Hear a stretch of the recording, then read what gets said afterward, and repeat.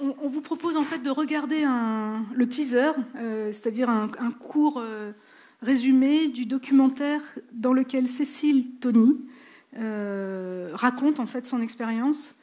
Et c'est son mari, je crois, ou compagnon qui a réalisé. C'est venu. Donc bonjour à toutes et à tous. Merci beaucoup de m'avoir invité. C'est la première fois que je prends un peu la parole. Enfin, j'ai fait une projection, mais pour ce documentaire. Oui, c'est mon mari qui a eu l'idée de faire ce documentaire quand on avait Thelma dans les bras et je sortais à peine de la maternité. Et aussi, c'est un documentaire, donc je me suis retrouvée dans plein de choses que les jeunes femmes ont dit auparavant. Moi, je suis donc présidente d'une association qui s'appelle Un Fonds d'endométriose. Je me suis engagée parce que moi-même atteinte et diagnostiquée tard de l'endométriose. 9 ans, c'est 9 ans le temps qu'il a fallu, même je crois un petit peu plus, pour pouvoir avoir notre fille.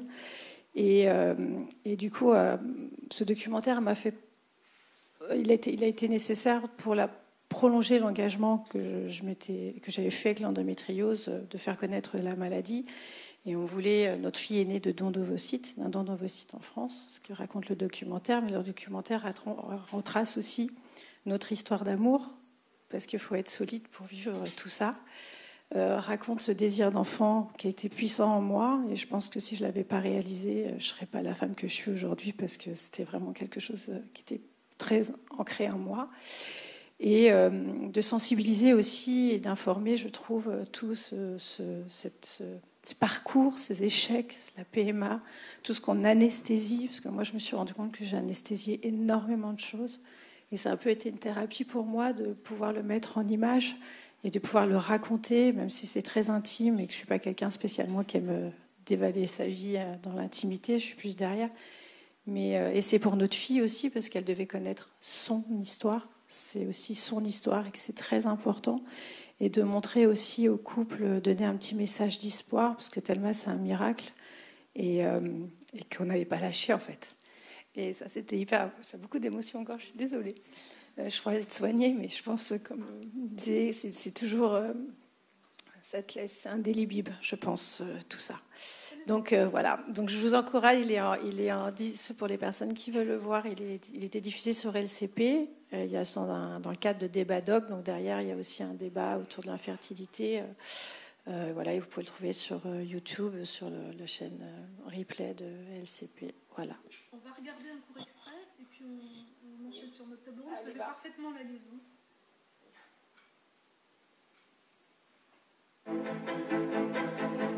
J'ai souvenir de gros moments de douleur de Cécile où elle avait des maux de ventre absolus.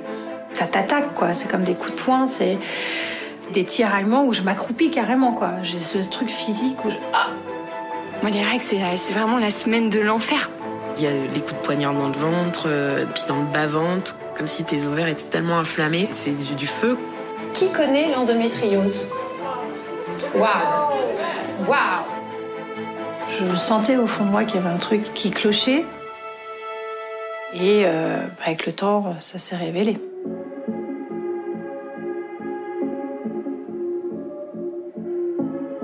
On voit le visage du praticien qui se durcit et on comprend très vite que ça ne fonctionne pas. Je suis en colère. J'ai une colère, j'ai envie de tout péter, j'ai envie de tuer tout le monde, en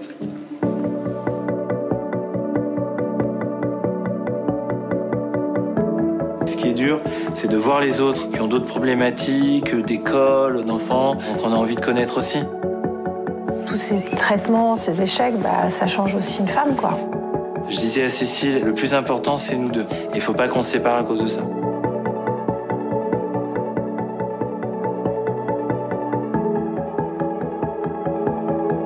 Quand la nature dit qu'il faut 9 mois pour faire un enfant, à nous, il aura fallu 9 ans pour devenir tes parents.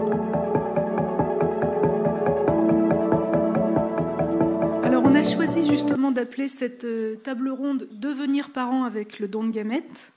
Parce que c'est pas une conception ordinaire de fait, et pour aller au fond de cette discussion, on a ton témoignage bien sûr, Cécile, mais on a aussi invité Kevin Iridje, qui est donc psychologue au SECOS de Cochin, qui par ailleurs aussi fait des consultations en ville, et qui vient de publier un livre très beau qui s'appelle « Qu'est-ce qu'un père ?» Et puis Marion Cano a écrit, elle, il y a peut-être 2 ans maintenant, un très beau livre aussi. Elle est psychologue, Marion, et son livre s'appelle La maternité avec le don d'ovocytes. Devenir parent grâce à un don d'ovocytes. Devenir parent grâce à un don d'ovocytes. Ce sont des sujets, le don d'ovocytes, le don de spermatozoïdes, le double don peut-être aussi, on pourrait en parler un petit peu, le don d'embryon pour que tous les sujets soient abordés et qu'on fasse peut-être des nuances. Voilà. Ce qui nous importait, nous, association, sur ce sujet, c'est qu'on est nombreux à être concernés par des naissances via le don de gamètes, et que ça nous lie aussi entre nous beaucoup, en fait, d'avoir ce point commun. Ce qu'on voulait aussi dire pour lancer la discussion, c'est que souvent, le don de gamètes intervient au terme d'un long parcours de PMA. 9 ans pour toi, Cécile. Et, oui. Et en fait, c'est, dans un premier temps, on s'y résigne, en fait, au don de gamètes. Et puis, il faut se résigner à faire ça, à entrer dans ce processus qui va faire rentrer un tiers d'honneur dans l'histoire. Donc, c'est plus juste le couple, il y a quelqu'un d'autre aussi. Et puis, il y a évidemment ce que ça implique pour l'enfant à naître. Et toutes ces données-là, c'est une sorte de brassage d'idées, de tempête sous un crâne pendant des mois et des mois avant de s'autoriser à y aller, en ayant exploré, pour beaucoup d'entre nous, énormément de questions, parce que c'est un ouragan de questions. Et c'est un peu pour parler de ces aspects-là qu'on est très heureux de vous recevoir tous les 3, avec des questions toutes bêtes pour commencer, dont vous vous saisissez un peu comme vous voulez. Mais on voulait vous demander si cette forme de parentalité, elle est si exceptionnelle que ça en réalité, c'est-à-dire est-ce qu'elle est réellement exceptionnelle, cette forme de parentalité ? Est-ce que les parents du don de gamètes sont des parents comme les autres ? Est-ce qu'on est condamné à la culpabilité ? Est-ce qu'il y a toujours quelque chose qui fait un peu mal quand on y pense, ou quand on voit son enfant grandir, qu'on a souhaité l'informer de sa conception, et que ces questions arrivent et que peut-être elles changent avec le temps, et que c'est, même quand on s'y prépare, c'est pas forcément toujours facile d'y faire face.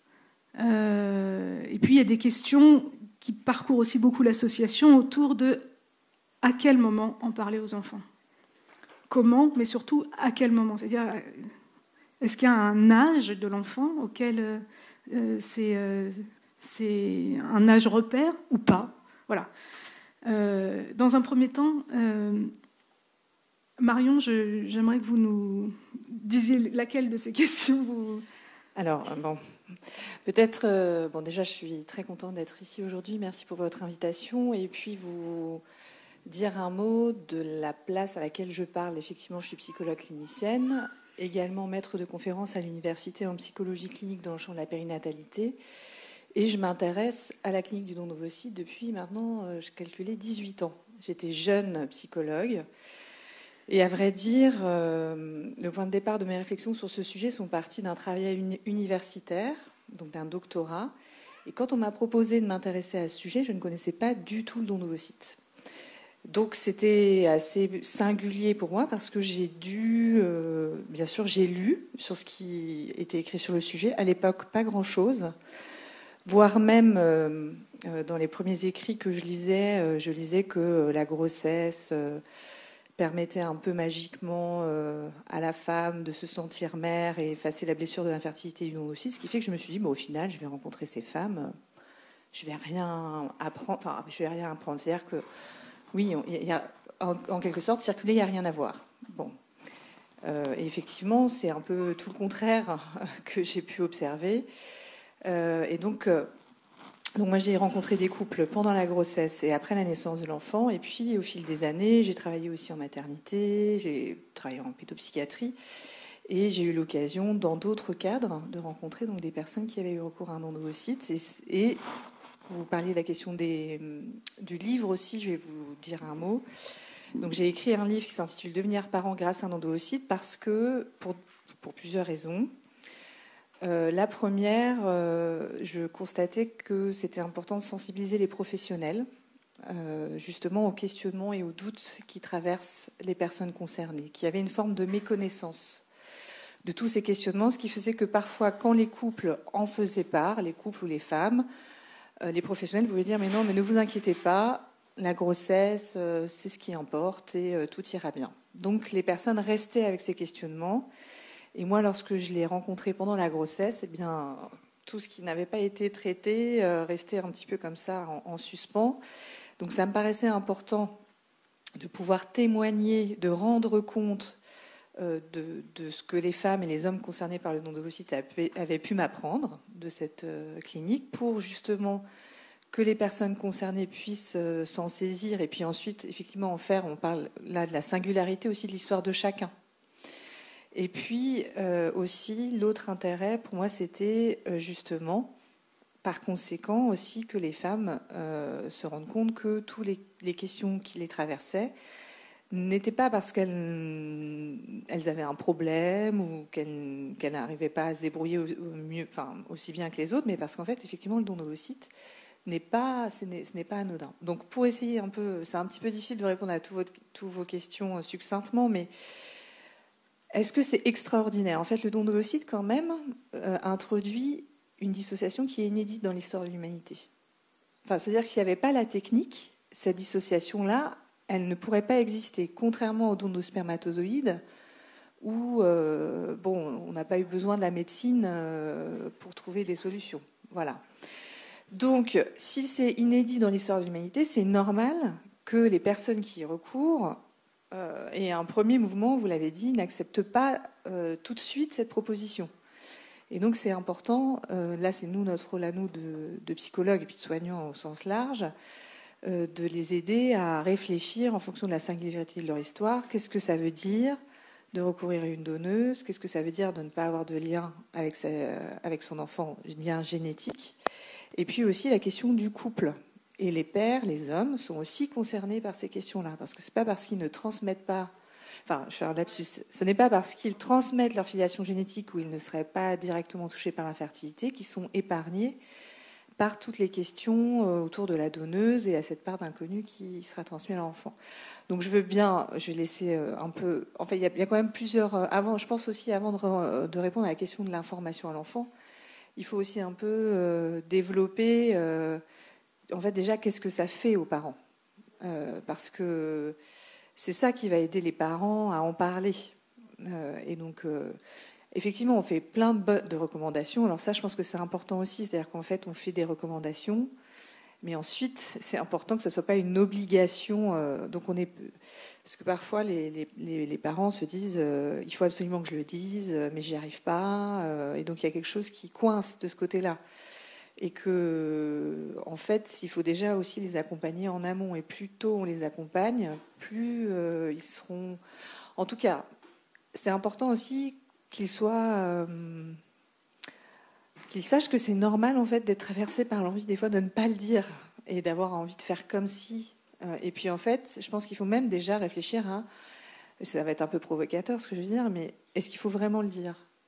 S'autoriser à penser ça pour pouvoir ensuite être vraiment être intimement convaincu que le dire c'est un choix qui convient aux parents et non pas parce que pour être un bon parent, il faut forcément le dire. Je ne sais pas si vous voyez ce que je veux dire. C'est pas comme une injonction à c'est comme ça. Et d'ailleurs, moi, je me souviens quand je menais des entretiens, et Kevin en a l'expérience, au SECOS, donc les entretiens préalables au don, et les personnes disaient oui, c'est sûr, on le dira forcément, parce que déjà, d'une part, ils imaginaient que c'est ce qu'il fallait dire, que du coup, comme ça, le professionnel allait se dire bon, c'est bon, ils sont clairs. On valide le dossier. Voilà.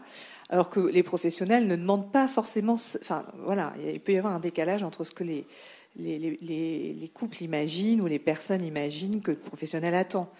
Mais donc, pour eux, ils disent oui, c'est sûr, bien sûr, on va le dire. Mais et puis aussi, moi, ce que j'ai observé, c'est qu'il y a un décalage entre l'avant don ovocytes, où les personnes vont dire bah oui, c'est normal, je vais le dire, autour de moi des personnes sont au courant, les secrets de famille, c'est important de ne pas avoir de secrets de famille, etc. Et puis on se rend compte que pendant la grossesse, ça peut changer. Finalement, certaines femmes peuvent dire mais moi, ça m'embête cette question d'en parler à mon enfant parce que je me demande ce qu'il va en penser, est-ce qu'il va pas vouloir retrouver la donneuse. Et puis des fois, ça peut être remanié différemment après la naissance de l'enfant. Donc ça aussi, je pense qu'il faut le dire, que c'est normal qu'il y ait par moments des mouvements comme ça, de se dire finalement, après tout, j'ai pas envie de le dire, ou ça me fait peur de le dire. Que cette question-là, c'est pas... voilà, on vous donne le manuel, appliquez-le et tout va bien se passer. Bon, voilà pour... Absolument. Je vais te laisser répondre, Virginie, peut-être. Je pense que celui-là, il marche plus. Attends. Il marche plus ou c'est moi qui ne sais pas le faire? Ah si, ça y est, ça marche. En fait, je pense que ce qui est le plus important que de le dire, c'est de le vivre. Et ce qu'on essaye de faire passer, nous, comme message aux personnes qui viennent vers nous dans le cadre du don d'ovocytes, notamment, ou du don de spermatozoïdes, mais je connais moins, donc il y a d'autres bénévoles qui sont plus expertes sur ce sujet-là, c'est que j'ai oublié ce que je voulais dire. C'est que c'est très fluctuant. Et dans un premier temps, souvent les gens évoquent le fait l'enfant, qu'est-ce qu'il va penser, qu'est-ce qu'il va dire, comment ça va se passer. Et moi, je dis toujours, mais en fait, là, c'est d'abord vous. C'est vous qui devez vraiment vous interroger en tant que femme, qui ne pourra pas transmettre ses gènes, en tant qu'homme, si elle est dans un couple hétéro, et puis les deux ensemble, parce que donc pour moi, il y a plusieurs entités. Il y a la femme, l'homme, le couple, et éventuellement l'entourage, qui peut aussi jouer un rôle. Et donc, ça fait beaucoup de choses à vivre avec des acteurs différents. Et l'objectif pour nous, futurs parents, c'est d'essayer d'être le plus au clair possible. Essayez, parce que justement, comme vous dites, ça peut fluctuer. Pour que justement, une fois que l'enfant arrive, alors ce matin, on parlait de l'AMP comme un espèce de truc magique. Et les bébés ne sont pas des choses magiques. C'est des humains en devenir, et ils ne vont pas, par leur naissance, réparer tout ce que nous, en tant que futurs parents, dans le cas d'un don, nous n'aurions pas travaillé avec un psychologue ou avec un psychologue. Voilà, je m'arrête là pour...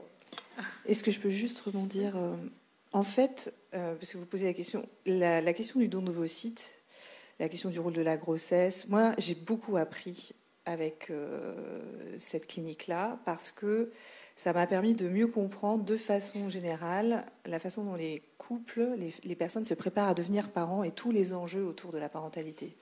Je pense que c'est ça aussi qu'il faut dire, c'est-à-dire que la grossesse, par exemple, n'est pas nécessaire ni suffisante pour devenir parent. Donc, il y a plein de personnes qui, quel que soit le mode de conception de leur enfant, ont du mal à se sentir parents et sont traversées par un certain nombre d'inquiétudes, de doutes. Et ça fait partie de la parentalité. Et donc ça, c'est vraiment... Ça aussi, à mon sens, c'est important parce que souvent, les personnes qui ont recours à un don d'ovocytes, notamment les femmes, la culpabilité, ça, c'est inhérent à la parentalité. On ne pourra pas... c'est bien d'essayer de faire... Mais la culpabilité existera toujours. Mais en tout cas, que les femmes comprennent que les doutes ou les questionnements ou l'ambivalence, ça fait partie de la parentalité et qu'elles ne sont pas traversées par ces mouvements uniquement parce qu'elles auraient eu recours à un don d'ovocytes. Mais c'est difficile pour elles parce que ça, elles le savent. Enfin, c'est comme ça qu'elles sont devenues mères, en fait. Donc le risque aussi, et encore une fois, chacun sa temporalité, mais c'est qu'il y ait quelque chose qui vienne rester accroché à la blessure d'avoir dû faire appel à un ovocyte, et que les problèmes avec l'enfant soient expliqués au regard de cette histoire. Ça ne veut pas dire qu'on dit que ça n'a aucun effet, mais bon. Voilà, je laisse. Moi, pour mon cas, en fait, le don il est arrivé comme une solution. J'ai eu un don en France, à l'hôpital des Quatre-Villes, ce qui est assez rare d'avoir un don en France. J'ai eu énormément de chance, assez rapidement en plus, parce que je suis arrivée dans une année où il y avait beaucoup de donneuses, plus de donneuses, et qu'il y en a une qui a été compatible assez vite. Et en fait, pour mon cas, je parle aussi, je rattache forcément à mon vécu. Moi, ça a été une lumière au bout d'un tunnel que je voyais plus, quoi. Moi, avec mon mari, on le dit dans le documentaire, on n'y croyait plus du tout. Et on n'avait pas du tout cette optique. On était tellement dans un tourbillon, dans une machine à laver, parce qu'entre-temps, je m'étais fait opérer de l'endométriose, on essayait en France. On savait que les dons, c'était plus à l'étranger qu'en France. On n'avait même pas connaissance, en fait, en France réellement, parce qu'on ne nous avait jamais sensibilisés ou autre du don. C'est comme nous, on est arrivés, on ne s'était pas dit, bon, on va aller à l'étranger. À 41 ans, on est arrivés, puis avec elle, on a dit, stop, on arrête, ça fait trop de traitements, on n'en peut plus. On fait une croix dessus, en fait. Et c'est là que la solution du don est arrivée. Donc moi, je l'ai vraiment pris. Avec Benjamin, on l'avait vraiment pris. Donc on s'est, comme on le dit dans le document, renseigné. On a voulu, d'ailleurs, j'avais connaissance de votre livre, vraiment des associations, d'essayer de comprendre réellement ce que c'était et comment j'allais pouvoir l'accueillir de la plus jolie manière pour que nous soyons heureux dans ce parcours. Parce que... dans encore notre cas, ça a été vraiment un miracle dans un hôpital où on se sentait en confiance avec des médecins, alors qu'auparavant, je ne vous raconte même pas, je me suis réconciliée avec les médecins, excusez-moi, en étant présidente d'association, et d'avoir trouvé aussi des médecins qui m'ont accompagnée, mais j'en ai eu aussi qui ne m'ont pas entendue, qui n'ont pas trouvé ma pathologie, qui m'ont baladée, je me retrouve sur plein de choses. Et justement, aujourd'hui, je vis plutôt en essayant de faire avancer les choses et justement d'en parler pour que les choses changent dans ce côté-là. Et nous, ça a été vraiment, moi, comme un... Je me suis dit, et quand c'est arrivé, c'était limite trop tôt, parce que je ne savais même pas comment accueillir cette donneuse, ce miracle. Moi, je rêverais de la rencontrer, de la serrer dans mes bras et lui dire merci, quoi, sincèrement, parce qu'elle nous a rendu... Notre foyer aurait pu, et aujourd'hui, maintenant, avec le recul, je me dis, mais en fait, j'allais voler ça à mon mari aussi, parce que la culpabilité, moi, je l'avais plus de pas donner de la vie à mon mari, enfin, lui enlever, parce que notre histoire d'amour était plus forte. Il se dit, bah, moi, ok, il n'y arrive pas, on arrête, mais c'est horrible. Moi, j'ai déjà dit, bah, va faire l'amour ailleurs, va faire un enfant, tu me reprends. Il me dit, mais c'est malade. Mais bon, dans des causes complètement perdues, dans des moments de vie où c'était compliqué. J'ai la chance d'avoir un mari formidable.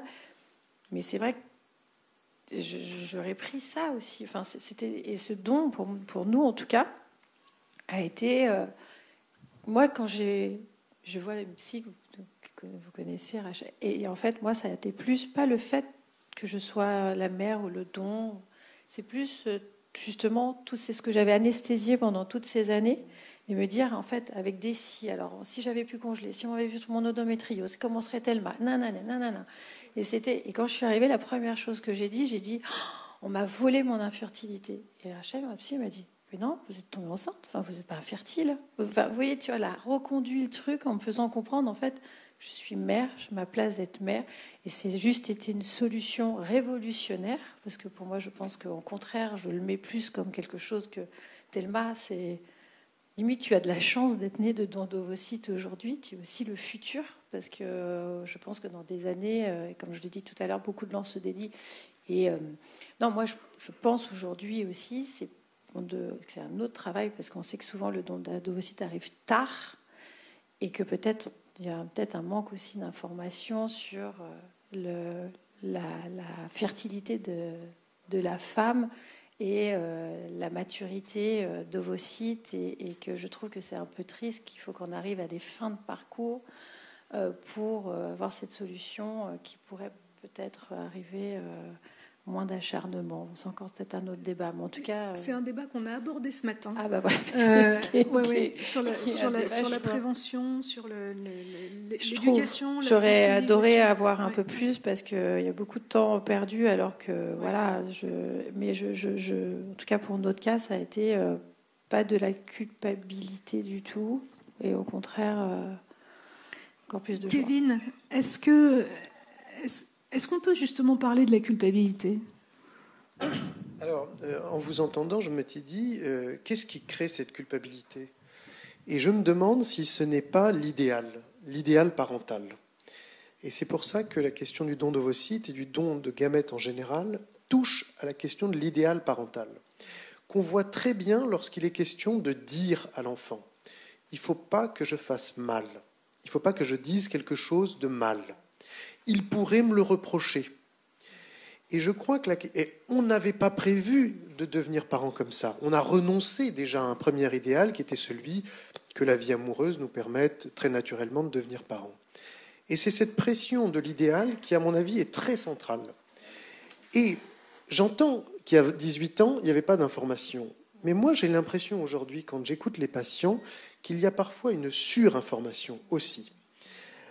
Quand les soignants disent, lorsque madame fait une GPA, c'est la gestation qui n'a pas d'intérêt, c'est les gamètes qui comptent.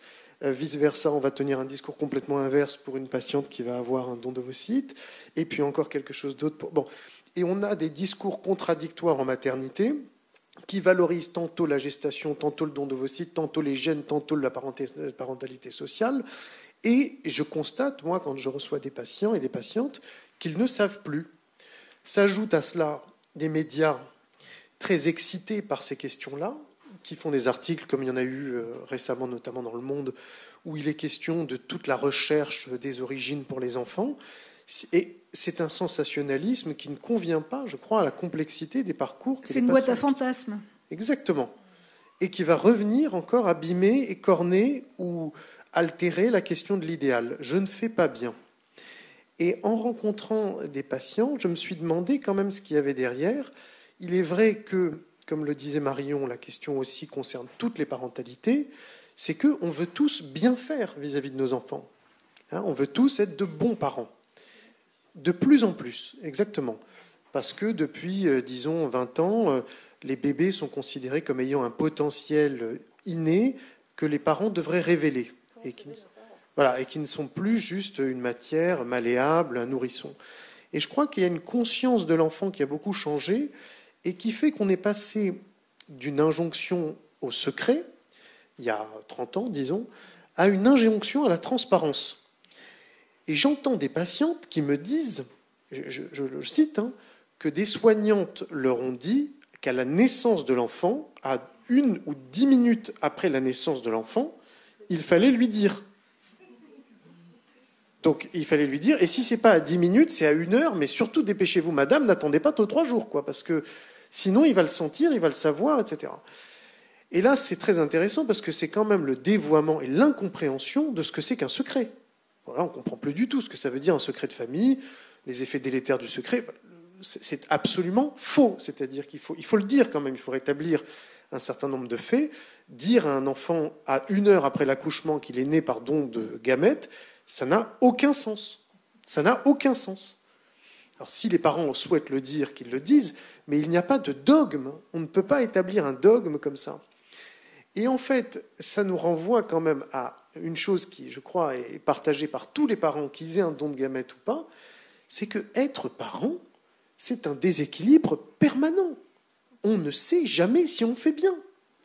Mais que les enfants soient nés par don de gamètes ou pas, qu'ils soient en CE1 ou qu'ils aient 17 ans, on ne sait jamais si on fait bien. Trouver l'équilibre parental, c'est inexistant. Et donc Marion a raison de dire que tout parent culpabilise. Donc oui, c'est très spécifique comme parentalité, et en même temps, si la mère d'une patiente pendant la grossesse décède, si le père de la conjointe décède pendant la grossesse, s'il y a des traumatismes, l'histoire de l'enfant va être spécifique aussi. Est-ce qu'elle va être plus spécifique, moins spécifique? C'est pas vraiment un critère comme ça, quoi. C'est que chaque histoire est différente, et je crois que ce qu'on essaye de dire ensemble, c'est qu'on n'a pas à éradiquer le fait qu'on va vivre avec ça. L'enfant va vivre avec ça. Donc il faut vivre avec cette composante comme toute histoire familiale qui peut être, bon, là, dans ce cas-là, parfois un peu plus difficile à vivre. Mais bon. Mais elle est importante, mais je pense qu'en fait, c'est naturellement que les choses doivent... Enfin, nous, on le pense d'une manière, elle l'entend. Nous, on a fait le film, forcément, elle va avoir une jolie trace d'un film de famille. Parce que, mais aussi, elle l'entend, je pense, dans la maison aussi, parce qu'on en parle ouvertement. Elle s'aperçoit tout, c'est une intelligence à vue générique, elle comprend un peu tout ça. Mais c'est vrai que nous, c'est vraiment pas posé la question. Enfin, on en a fait un doc, certes, mais quand même, c'était pas la question cruciale. Est-ce qu'il faut dire ou pas dire?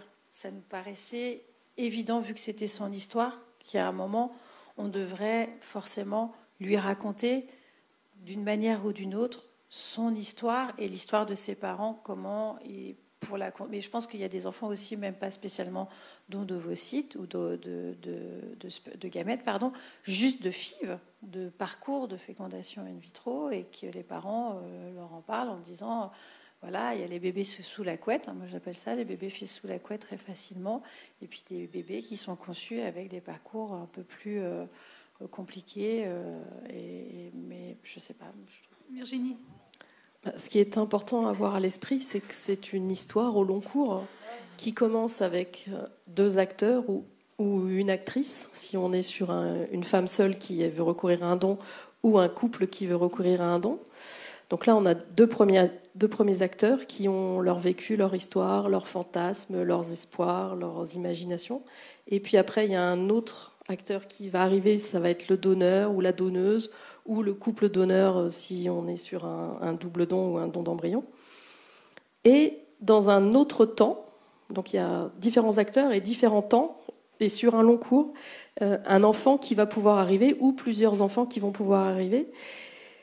Et vraiment, les enfants, eux, quand ils arrivent, ils n'ont pas tout ça. Tout ce que nous, en tant qu'adultes, on a essayé d'élaborer, on a essayé de régler des conflits intrapsychiques liés à notre propre histoire, à notre culture, à notre éducation, à notre religion. Eux, ils arrivent, ils sont vides, blancs, tout neufs, et c'est nous, parents, en fait, qui alimentons leur manière de vivre cette histoire-là. Mais eux, cette histoire-là, c'est pas leur histoire, en fait. C'est d'abord, en premier lieu, c'est notre histoire, c'est nos complications psychiques, nos culpabilités qui peuvent rester, et tout ça. Et c'est toujours un peu complexe, je trouve, parce que souvent les gens disent j'imagine ce que mon enfant va penser, j'imagine ce qu'il peut éprouver, donc je voudrais régler les choses en amont. Sauf que tu peux les régler pour toi-même, mais tu ne peux pas les régler pour cet enfant ou ces enfants, puisque eux, ils arrivent avec une personnalité, une structure psychique qui va être différente, nuancée, que certes, nous, on va pouvoir colorer un peu, plus ou moins, en fonction de l'éducation qu'on leur apporte. Et vraiment, moi je dis toujours, il faut que nous, adultes, qu'on essaye d'être le plus clair possible par rapport à ce que la question du don nous fait à nous, même personnellement. Et ensuite, l'éducation arrive quand l'enfant est là. Et l'éducation, c'est pas simple. Et moi, j'ai toujours cette inquiétude, et je trouvais que c'était intéressant ce que tu as dit, c'est de ne pas ensuite regarder cet enfant, l'éduquer, comprendre ou analyser ses comportements qu'avec le prisme don de gamètes, don d'ovocytes. Voilà. Il faut vraiment imaginer que élever un enfant, c'est compliqué, que le processus psychologique du développement de l'enfant, il a des grandes phases et c'est compliqué. Et ça s'efface même, ça. Moi, je le vois plus, ma fille, pardon. Compliqué. Juste, oui. En fait, je suis tout à fait d'accord avec la question de l'idéal et du lien avec la culpabilité. Je pense que aussi c'est la question de la singularité. De la même façon qu'on ne devient pas tous parents de la même manière avec un enfant qui aurait été conçu sous la couette, etc. Il n'y a pas une façon unique de devenir parent grâce à un don de gamètes. Et que si, par exemple, pour certaines personnes, elles voient ça vraiment comme une solution miracle à la fin d'un long parcours, et que leur tempérament, leur histoire arrive à s'en saisir et se dire, bah oui, mais moi, ça me va de devenir mère comme ça, ça me permet d'avoir un enfant et de construire les choses sereinement, c'est possible, parfois. Et c'est aussi pour ça, enfin, ce n'est pas toujours comme ça que c'est accueilli. Ça peut vraiment être quelque chose d'extrêmement décevant, source de tristesse. Je suis tout à fait d'accord où un coup on valorise la parenté sociale, puis après la parenté biologique. Donc je suis tout à fait d'accord sur le fait que tout le monde est perdu, on nous parle de l'épigénétique. Ça c'est pareil aussi, c'est intéressant parce que moi je vois des patientes qui me disent oui c'est vrai qu'il y a l'épigénétique, mais authentiquement à ce moment-là, pour elles, c'est pas suffisant en fait, à ce moment-là. Qu'est-ce que ça veut dire pour elles de ne pas transmettre leur filiation génétique. Et souvent elles se disent oui c'est narcissique. Mais en fait, déjà, d'une part, le narcissisme, on en a besoin. Ça fait partie de notre mode de fonctionnement. Et c'est justement parce qu'on a un narcissisme plutôt de bonne qualité, je vais dire la chose très vite, que c'est ce qui nous permet d'être en relation avec les autres de façon adaptée. Bon, voilà. Mais donc, en fait, nous, en tant que psychologues, justement, on n'est pas là pour faire des prescriptions. C'est vrai qu'on invite les personnes à se dire, bon, avant de vous engager dans le don de gamètes, essayez de réfléchir à ces questions. On voit des personnes qui sont, à ce moment-là, tellement éprouvées par leur parcours qu'elles font ce qu'elles peuvent, voire même elles vont un peu mettre le couvercle sur toutes ces questions. Et puis ça va arriver un peu plus tard, parfois pendant la grossesse. C'est ça aussi qui... Bon, mais c'est comme ça. Et ça ne veut pas dire qu'ils ont moins bien fait que ceux qui ont eu les ressources pour engager un travail au préalable. Généralement, ceux qui ont réussi à faire ce travail-là, ça va quand même leur permettre de traverser avec un petit peu plus de sérénité les bouleversements de la grossesse et de la naissance d'un enfant. Mais effectivement, c'est-à-dire que de façon générale, encore une fois, devenir parent, c'est une période de bouleversement extrêmement important. C'est pas pour rien s'il y a aussi beaucoup de dépression du postpartum, on en parle beaucoup, etc. Mais ça montre bien aussi que, quel que soit le mode de conception, c'est un moment de bouleversement. Et l'autre point aussi que sur lequel je voulais souligner, c'est effectivement l'importance du couple quand ce projet se fait à l'intérieur d'un couple. Parce que le risque aussi, mais encore une fois, c'est pas sous forme de prescription, il faut vraiment que vous ayez pensé à tout. Mais c'est en tout cas, nous, en tant que professionnels, il faut qu'on l'ait à l'esprit. Pour avoir une écoute qui ne passe pas à côté de ces questions-là, c'est le fait que recourir à un tiers donneur pour concevoir un enfant, ce n'est pas anodin. Et le fait qu'il y ait une asymétrie sur le plan de la filiation génétique, ce n'est pas anodin non plus. Et ça, encore une fois, c'est important, parce que moi, des femmes peuvent dire, mais moi, je suis embêtée, est-ce que ça ne veut pas dire que mon conjoint, il est plus parent que moi? Ou quand il commence à y avoir des conflits, après la naissance de l'enfant, est-ce qu'il ne risque pas de partir avec mon enfant en disant que c'est lui le parent et moi je ne suis pas vraiment la mère? Donc là, vous imaginez l'intensité de l'angoisse à ce moment-là. Donc ça, c'est aussi important. Alors, et peut-être que d'autres personnes ne vivront pas du tout de cette façon-là pour des raisons... Donc tout est possible. Encore une fois, il n'y a pas... Marion, est-ce qu'on peut parler justement de la génétique et Kevin, avec vous ça fait partie des questions que se posent beaucoup les gens quand il faut aller vers le don. Enfin, c'est pas qu'il faut, mais quand l'issue, en voulant être parent, c'est celle-là. La question de la ressemblance se pose beaucoup. Alors, sur la question de la ressemblance, c'est très intéressant parce que qu'est-ce que ça veut dire de ressembler à son enfant ou que son enfant nous ressemble? Il y a un livre, si ça vous intéresse, qui s'appelle « Les airs de famille » de François Noudelman, dans lequel il explique très bien que la ressemblance, elle n'existe que dans le regard de celui qui l'observe. Ce sont nos regards qui vont créer des liens entre eux, une ressemblance, un trait spécifique ou non, une couleur de cheveux, un type de cheveux, un nez. Preuve en est qu'un regard malveillant et raciste fait qu'on considère qu'il y a un nez juif, par exemple. Donc la ressemblance est une construction d'abord de l'observation. Et ça, je crois que c'est très important parce que ça nous montre que lorsque les parents ont un enfant avec don, souvent ils s'amusent et ils rient parce qu'ils se baladent et puis il y a quelqu'un qui va dire « Ah ben c'est dingue, il ressemble vachement à son père alors que c'était un don de sperme ». Donc on voit bien que l'observateur cherche la ressemblance, alors même qu'elle n'existe pas. Alors la ressemblance de ce point de vue-là, je crois que la première chose à essayer de comprendre, c'est quand même l'atténuation. La deuxième chose, c'est que, et c'est en contradiction avec ce que je vais dire, c'est que quand on parle de ressemblance, on parle de filiation. Donc quand même, dans notre famille, on a tous des dents comme ça, un front long, un nez. Bon. Donc là, la question qui est engagée est un peu différente, c'est est-ce qu'il va ressembler à mes parents, à mon père, à ma mère, à mon aïeux, etc. Et donc, ça nous emmène à une question je voudrais réagir à ce que disait Marion, c'est que quand on devient parent, qu'est-ce qui se passe en fait? Pourquoi c'est un tel bouleversement? C'est parce que quand on devient parent, on redevient un peu l'enfant qu'on a été. C'est compliqué à comprendre, c'est pas très intuitif, mais on revit en fait, à la place de parents, l'histoire qu'on a vécue en tant qu'enfant. Et donc, à ce moment-là, on cherche aussi notre propre filiation.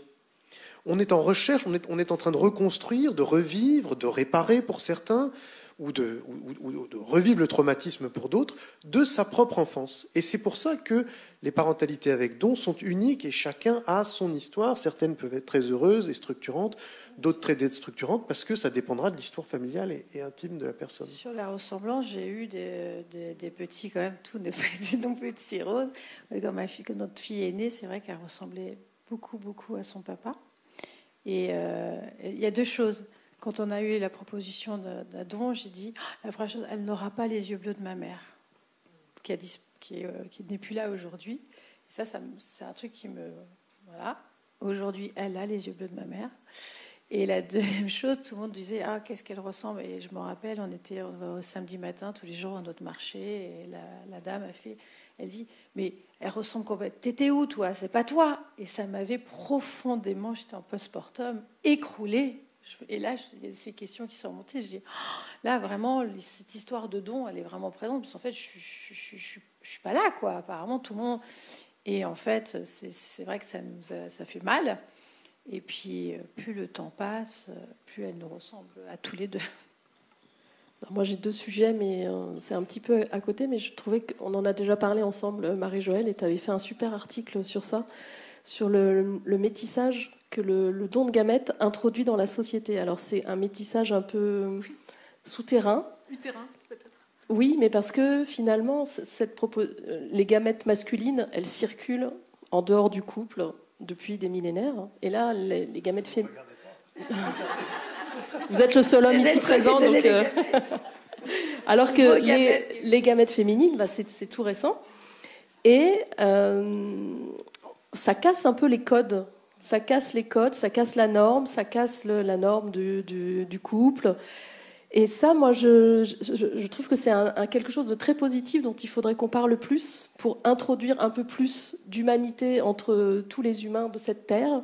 Parce que moi, mes enfants, ils sont nés suite à un don d'ovocytes qu'on a obtenu en République tchèque.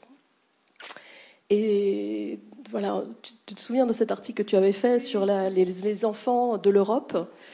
Et je trouve que c'est une idée qu'on devrait plus mettre en avant, parce que je trouve que c'est très positif dans l'humanité, le partage entre nous, tous humains que nous sommes, en dehors des frontières, en dehors des... Un sujet actuel. Oui, mais voilà. Alors, c'est pas très élaboré, je suis désolée, mais voilà, c'est un sujet qui... Oui. Pour rebondir exactement sur ce point-là, je voudrais juste ajouter quelque chose, c'est que moi aussi, ça a pu me bouleverser à un moment donné de comprendre qu'en fait, je ne transmettrai pas mon patrimoine génétique à mon enfant. Et à l'occasion d'un texto que j'ai écrit à une copine, je me suis trompée, j'étais enceinte, et je lui ai écrit... je ne sais plus quoi, l'échographie du 2e mois. Et j'ai écrit mois, M-O-I. Et en me relisant, je me dis, non, je ne fais pas un mini-mois, en fait. Et juste pour ce que tu disais là, sur cette altérité, finalement, moi, je trouve que c'est une chance, le don d'ovocytes. Parce que je ne peux pas enfin, je ne peux pas, je le fais quand même sans doute, mais l'enfant, mon enfant, a sa vie et son... Je ne peux pas complètement me projeter dans lui, quoi. Alors ça, c'est intéressant parce qu'en fait, c'est une conception avec 2 tiers.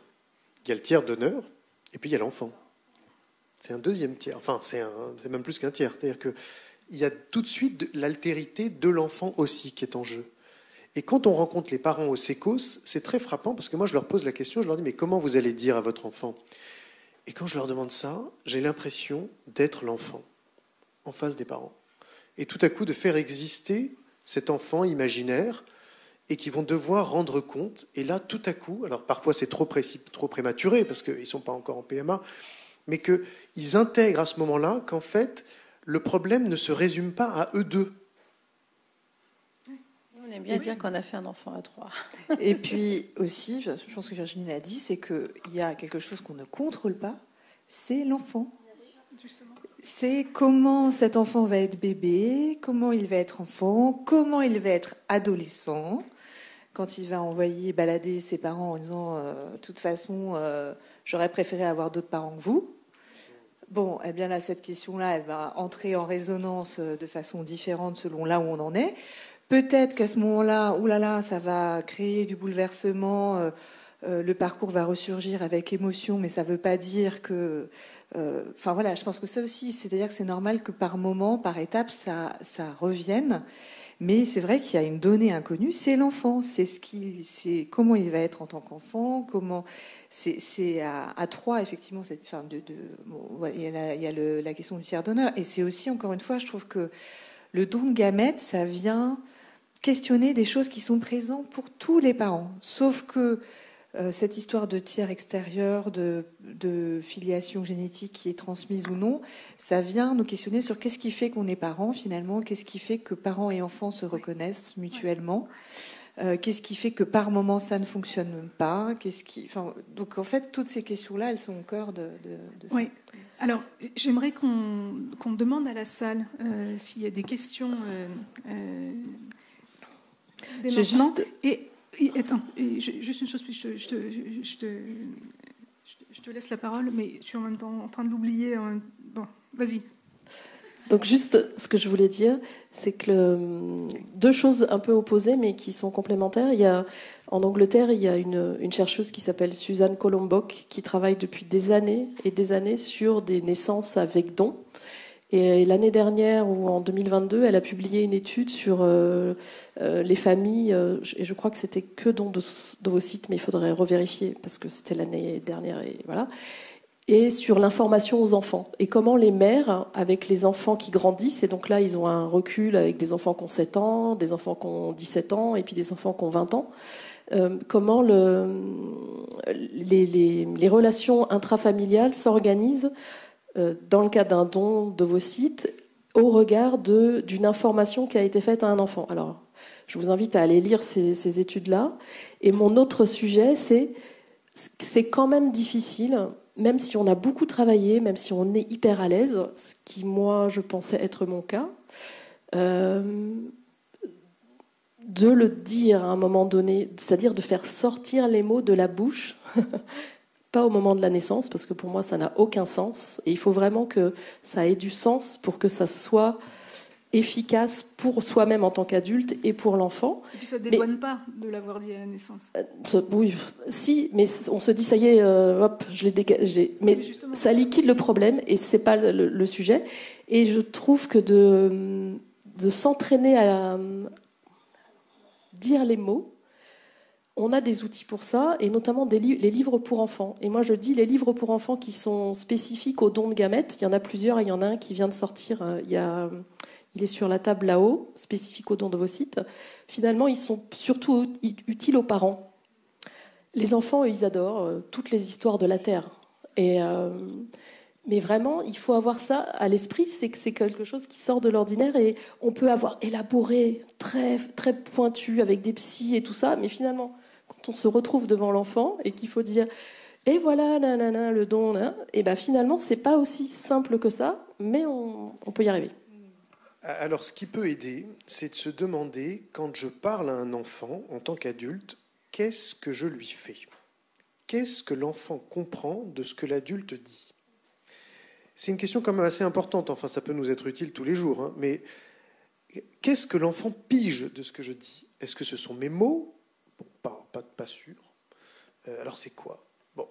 Et en réfléchissant, en faisant des recherches, etc., on sait, maintenant on le sait, que le plus important, ce ne sont pas les mots, ce sont les affects.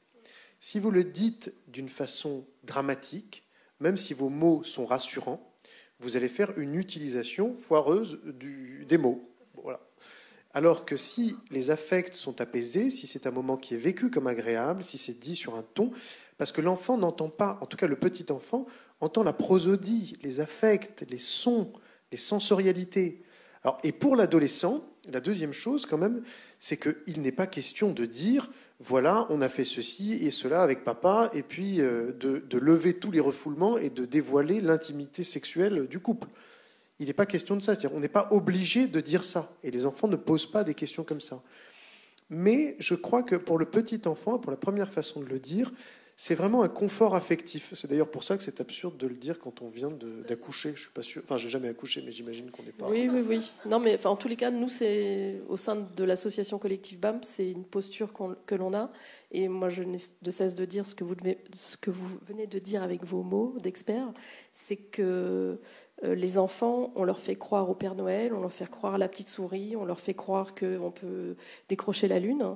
Et donc, ce qui va être marquant pour eux, ce ne sont pas les mots, c'est vraiment comment moi, adulte, quelle émotion je transmets dans l'information que je lui donne. Et c'est pour ça qu'au début, je disais qu'il faut vraiment que nous, adultes, on soit le plus au clair possible avec l'espace émotionnel que cette question crée en nous. Alors, moi, je voudrais juste dire un petit quelque chose de la CAPAD, qui est la commission d'accès aux personnes nées de...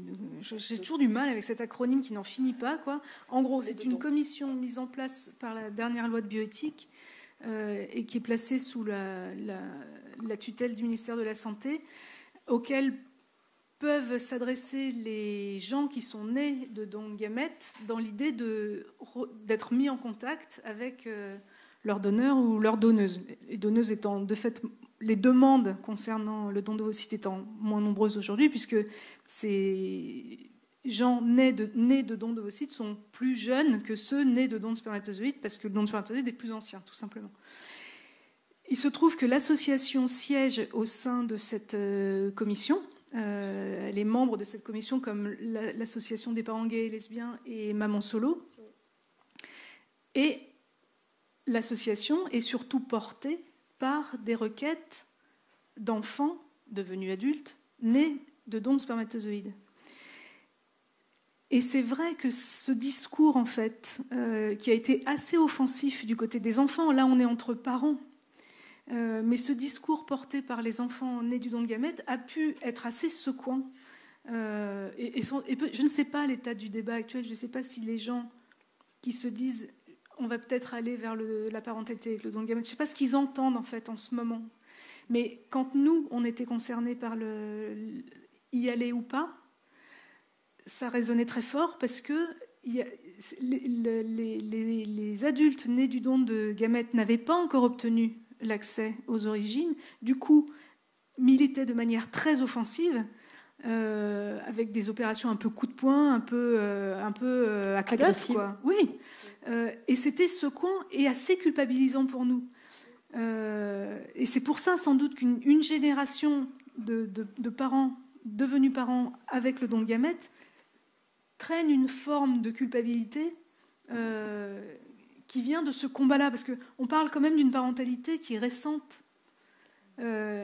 Oui, et ce que vous disiez tout à l'heure sur le tout transparent aussi. Je pense que...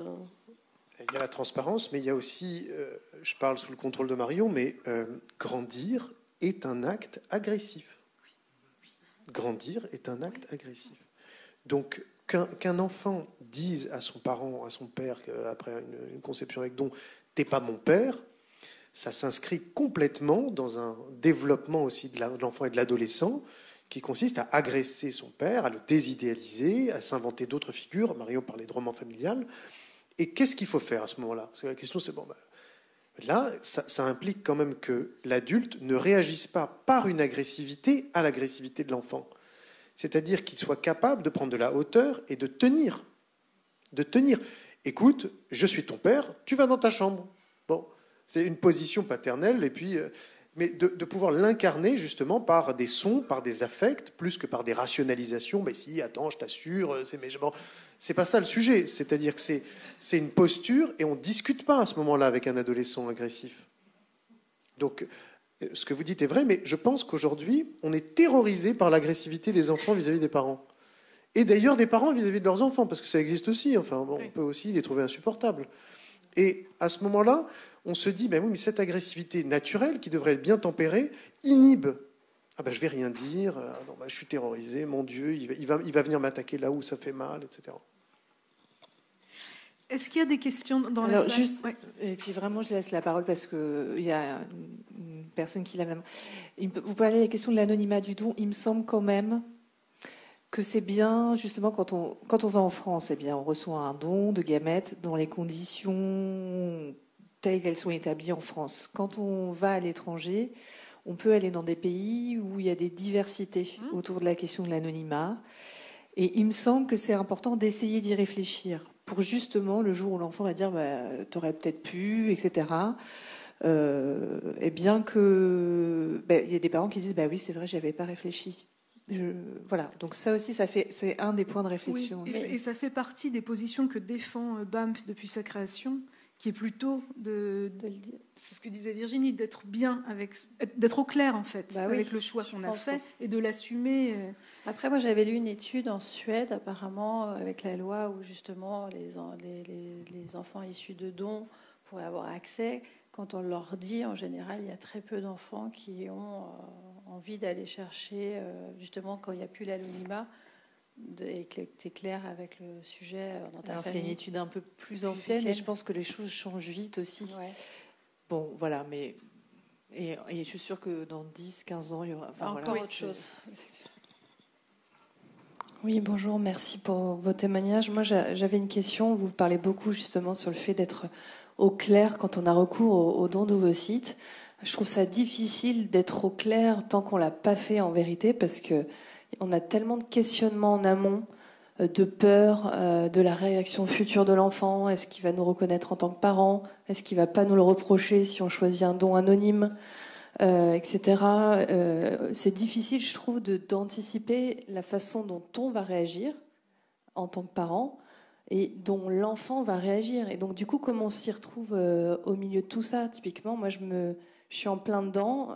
J'ai une fille que j'ai eu facilement, mais là, j'arrive pas à avoir un deuxième enfant. On se pose la question d'un don d'ovocytes potentiellement. Est-ce qu'il va y avoir une différence entre les deux? Est-ce que je vais aimer de la même manière cet enfant? Est-ce qu'il va me le reprocher si demain il connaît, c'est un don anonyme potentiellement? Je trouve ça très compliqué de s'y retrouver, de s'y préparer, parce qu'on ne sait pas comment on va réagir sur le moment en fait.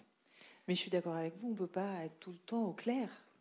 Je pense qu'effectivement, il y a des choses que vous ne pouvez pas anticiper, comme l'expérience de vivre une deuxième grossesse de cette façon-là, tout comme des parents, même sans avoir eu recours à un don de gamètes, à l'occasion de la naissance d'un deuxième enfant, on se dit est-ce que je vais l'aimer autant que l'autre? Sauf que là, effectivement, votre situation va d'autant plus mettre l'accent. Donc effectivement, il n'y a pas on n'a pas de boule de cristal, on ne peut pas garantir. Et l'incertitude, c'est inhérent à ce processus. Et je suis d'accord avec le fait que c'est pas facile, et que comme souvent aussi, il y a des personnes qui veulent bien faire, parce que celles qui se disent c'est pas tout à fait évident, toutes ces questions-là, je veux y réfléchir. C'est pas évident. Il y a des moments. Enfin, moi, j'ai des patients. Ils me disent là, en fait, je sens qu'il faut que je passe à l'étape suivante. C'est-à-dire que j'ai l'impression que j'ai un peu exploré les choses. Il faut que je m'autorise à passer, à m'engager dans le don. Et puis, on va voir comment ça va se passer pendant la grossesse. Vous voyez, mais ça, encore une fois, ça dépend de la temporalité de chacun. Et je pense que c'est surtout important de ne pas rester seul avec ces questionnements. Qu'ils ne soient pas résolus. Ça, il me semble que ce qui est le plus important, c'est ne pas être trop déprimé ou de ne pas être trop débordé par trop de questionnements, en fait. Voilà. Mais encore une fois, c'est... Oui. Et puis, comme vous l'avez dit, le questionnement inhérent à l'éducation, on en prend pour... voilà, on en prend pour 30, on en prend pour 20 ans. Et ça, nous, on utilise souvent l'idée que finalement, on doit se réajuster aux différentes étapes. Alors, avant, quand l'annonce est faite, là, on découvre tout. Et finalement, comme vous dites, Marion, on passe à l'étape suivante. On se dit, c'est bon, je pense que j'ai réglé les choses. Et finalement, à l'étape suivante, hop, elle se réactive, mais pas exactement de la même façon, puisqu'on a quand même travaillé des choses en amont. Donc, il faut vraiment avoir à l'esprit que c'est pas linéaire et c'est pas on-off. C'est-à-dire, d'un coup, ça y est, j'y vais, le don, c'est bon, c'est super, c'est formidable, il n'y a pas de problème. Parce qu'à un moment donné, on va se ressentir mal. Mais un peu moins mal, parce qu'on aura quand même travaillé et on aura progressé dans notre ressenti par rapport à cette idée-là. Et après, au cours de la grossesse, il y a des remaniements. À la naissance, il y a des remaniements. Aux différentes étapes du développement de l'enfant, il y a des remaniements.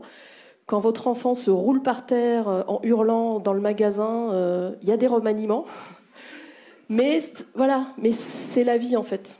Mais si on a travaillé un minimum, et moi je dis le plus qu'on peut, parce qu'il n'y a pas de situation idéale, mais si on a travaillé le plus qu'on peut, nous en tant qu'adultes, on va vivre ces différentes étapes plutôt sereinement et en se disant que, je le redis vraiment, que l'enfant qui est en train de se rouler par terre dans le magasin, c'est pas à cause du don d'ovocytes. C'est vraiment pas à cause du don d'ovocytes. C'est juste qu'à un moment, là, dans le développement de l'enfant, il y a une phase d'opposition infernale et il faut gérer ça et il faut cadrer ce petit bout de nous qui est en train de mettre le bazar. Ma fille a 2 ans, à ses 2 ans, elle a eu un terrible tout énorme et elle m'a déjà dit va-t'en maman, je veux plus de toi. Et moi tout de suite je suis allée voir Benjamin, je dis mais tu vois, ça se trouve ça, je sais pas. Et après mon mari m'a dit mais en fait non, c'est tous les enfants, regarde terrible tout, enfin voilà. Et je pense que c'est en fait une fois c'est un travail au quotidien et moi ce que je dis et ce que je vois, c'est que l'amour est tellement plus grand, est tellement plus fort, tu le portes. Je sais pas, il y a un truc alors j'espère que d'autres quand tu as un don, c'est moi ça me voilà, c'est pas de sujet. Mais je pensais en vous écoutant, heureusement que vous n'êtes pas au clair. Oui, d'ailleurs. Et heureusement, vous seriez une personne de cristal, transparente. Ce serait horrible d'être au clair si vous étiez au clair au travail, avec votre mari, avec vos parents. Enfin, si on était au clair tout le temps, je crois que ce serait très inquiétant. Et les parents qui nous inquiètent le plus, ce sont les parents qui savent ou qui croient savoir, c'est-à-dire qui sont dans une aconflictualité.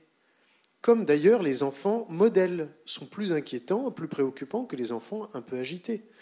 Parce qu'en fait, ça témoigne d'un processus, d'un questionnement vivant en vous que vous allez pouvoir maintenir. On appartient à une société qui supporte mal le questionnement, l'atermoiement, l'incertitude, l'embarras. Mais parce qu'on voudrait comme ça des choses bien tranchées, bien rangées, etc. Mais en matière de parentalité, je le disais au début, si vous voulez être un parent parfait, vous serez le pire.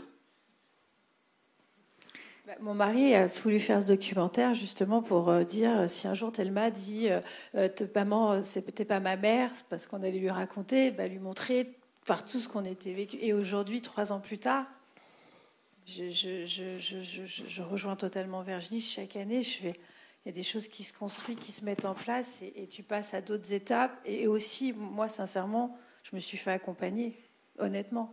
J'ai fait une psy parfois que je rappelle, que j'ai besoin de voir.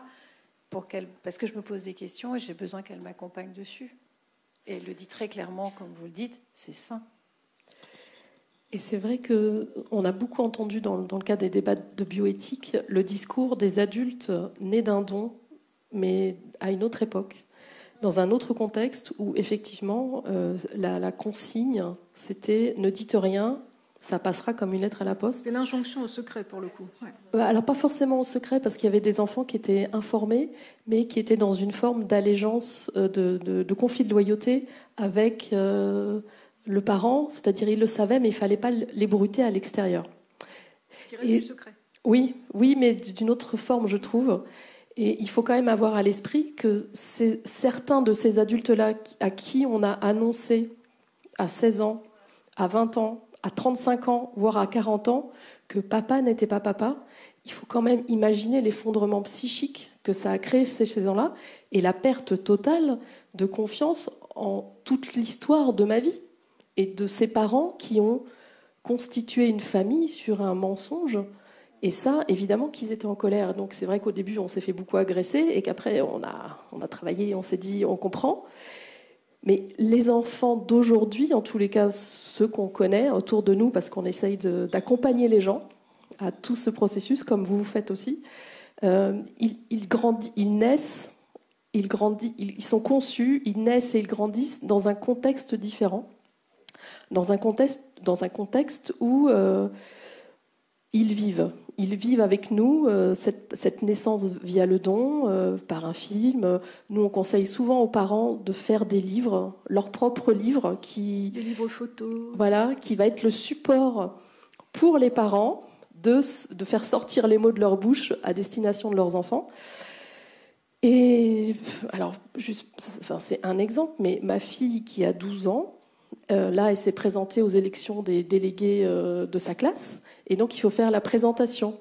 Et donc, première ligne, je m'appelle Louise, je suis très dynamique, je vais vous accompagner, je suis née d'un don d'ovocytes et je serai la meilleure des délégués, dadadi, dadada.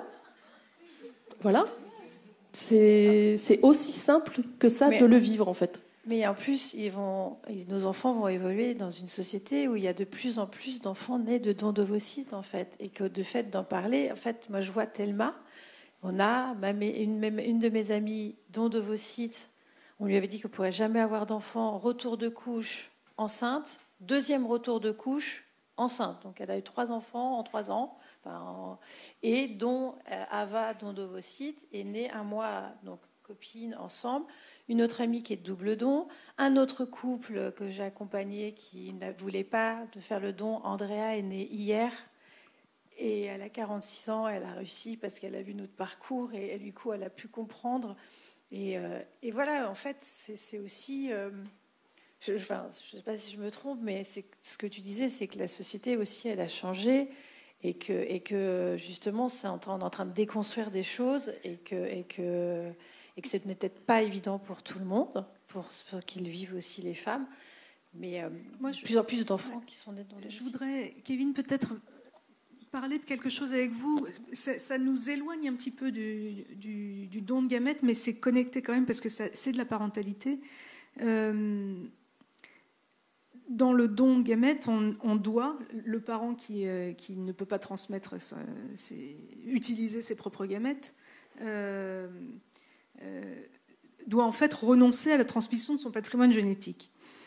Pour certains, c'est une vraie souffrance, et en même temps, en discutant avec beaucoup de gens depuis qu'on milite au sein de BAMP, on s'aperçoit qu'il y a différentes façons d'être parent, et que aimer un enfant, c'est pas forcément connecté au fait qu'on lui a transmis son patrimoine génétique. C'est-à-dire des parents des adultes ont pu s'occuper d'enfants qui n'étaient pas nés de leur couple. Mais ça, c'est toute l'histoire de la paternité. Voilà. C'est-à-dire que le père à Rome voyait l'enfant qui naissait et choisissait de le reconnaître ou non. Ou pouvait reconnaître un enfant qui n'était pas génétiquement le sien en considérant que c'était le sien. C'est-à-dire que c'est l'acte par lequel le parent reconnaît l'enfant, enfin le père reconnaît l'enfant, qui fait foi. Et je crois que là, cette reconnaissance, en plus, elle est réciproque. C'est-à-dire qu'à un moment donné, toute l'histoire de nos récits, de nos grands mythes, etc., c'est aussi l'histoire de l'enfant qui reconnaît le père, Télémaque qui retrouve Ulysse, etc. Et au fond, cet acte de reconnaissance, en survalorisant la génétique, on lui attribue quelle valeur ? Finalement, très peu. C'est-à-dire que, comme si d'emblée, la génétique allait nous apporter ça. Et je ne crois pas. Je crois qu'il y a vraiment quelque chose de l'ordre de la reconnaissance, au sens d'un regard partagé, comme le disait Marion, qui fait qu'on se sent inscrit dans la filiation. Alors, en matière de paternité, c'est particulièrement intéressant parce que, dans le cas du don d'ovocytes, il y a quand même la grossesse. Elle n'efface absolument pas toute la conflictualité, mais dans le cas du don de sperme, il n'y a pas d'étayage biologique, donc il n'y a pas d'éléments proprioceptifs. Néanmoins, il y a quand même la participation du père aux premières échographies, parfois sa présence lors du transfert d'embryon, donc parfois la reconnaissance de paternité anticipée où ils vont chez le notaire, etc., pour admettre le don. Donc il y a un certain nombre d'actes quand même par lesquels le père se montre volontairement plus proche de l'enfant. Et si bien que, au fond, il se déclare père avant la naissance, et parfois même avant la grossesse.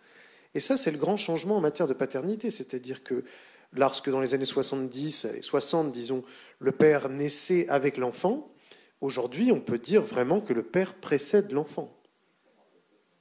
Donc, pour vous répondre, je vous réponds un peu à côté en matière de paternité, mais c'est pour vous répondre que, finalement, la question de la biologie, elle est utilisée ensuite. C'est-à-dire, c'est un élément. Et d'ailleurs, les patients, quand on leur demande, mais qu'est-ce que vous donne le donneur ? Qu'est-ce que vous donne le donneur ?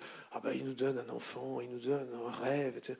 Enfin, et tout le monde oublie qu'en fait, il vous donne juste une cellule. Hein. Oui, c'est ça, c'est un œuf, quoi. C'est juste comme un don. Enfin, moi, je le prends comme un don de rein, comme quelque chose, juste qu'il y a un accompagnement médical qui nous a permis.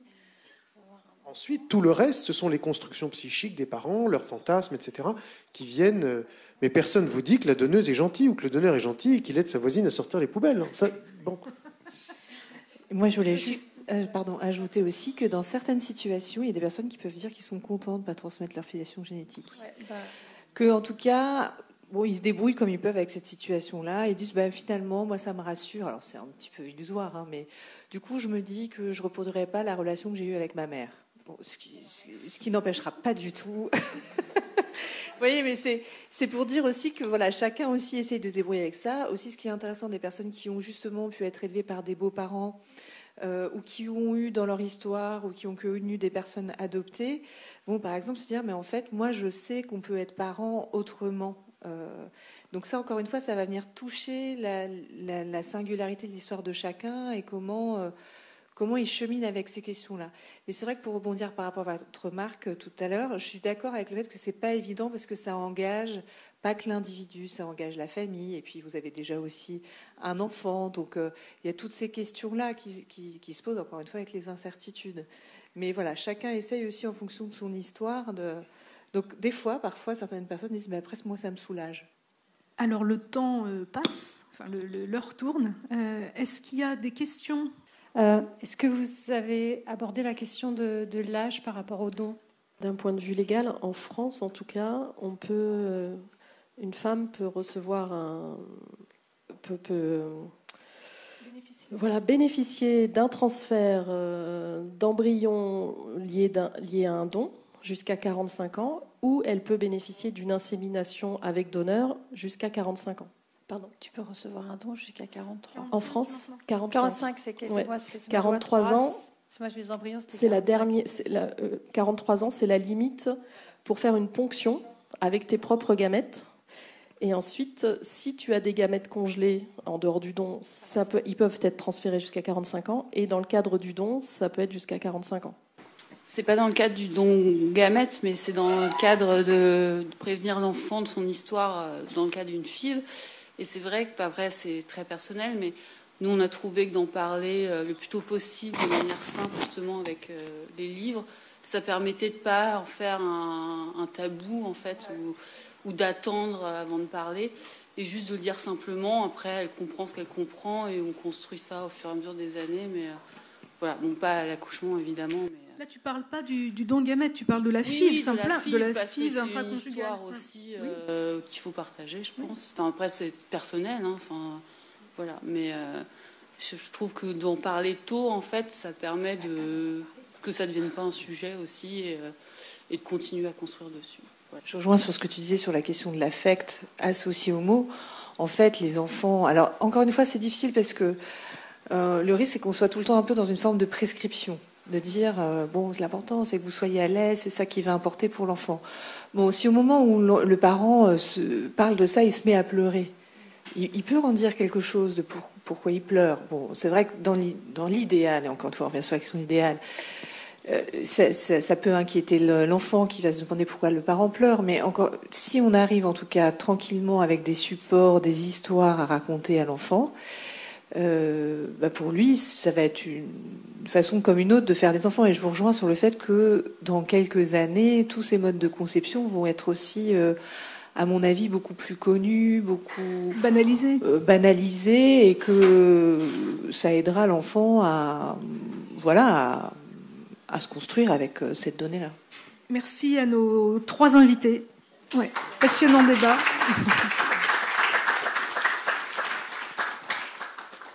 Alors maintenant.